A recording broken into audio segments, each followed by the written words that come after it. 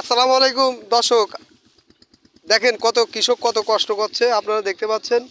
ঝিনেদা কৃষি চ্যানেল থেকে আপনাদেরকে স্বাগতম। কাকা, এই ধানটা কি আপনি 1 বিঘে 17 কাঠা লাগিয়েছেন? কাকা, এই 1 বিঘে 17 কাঠায় কি আপনি কেটেছেন একলা, না আমার চাচিও কেটেছে? দর্শক, আমার এই চাচু এই ধানটা কেটেছে 1 বিঘে 17 কাঠা। আমাদের এদিকে 46 শতক বিঘা। আমার এই কাকা নিজে, আমার এই চাচি নিজেই, চাচিকে নিয়ে আমার চাচা এই 1 বিঘে 17 কাঠা ধান ওনারা লাগিয়েছেন এবং দুজনাই কেটেছেন। দর্শক, এনাদের জন্য আপনারা একটা শেয়ার করে দেবেন। আল্লাহ আল্লাহ জানে ওনাদেরকে অনেক সুস্থ রাখেন। যে আমার এই চাচিকে আপনারা দেখতে পাচ্ছেন। চাচি, আপনি কট্টু কেটেছেন ধান? 1 বিঘে 17 কাঠা চাচার আপনি সহকারে কেটেছেন।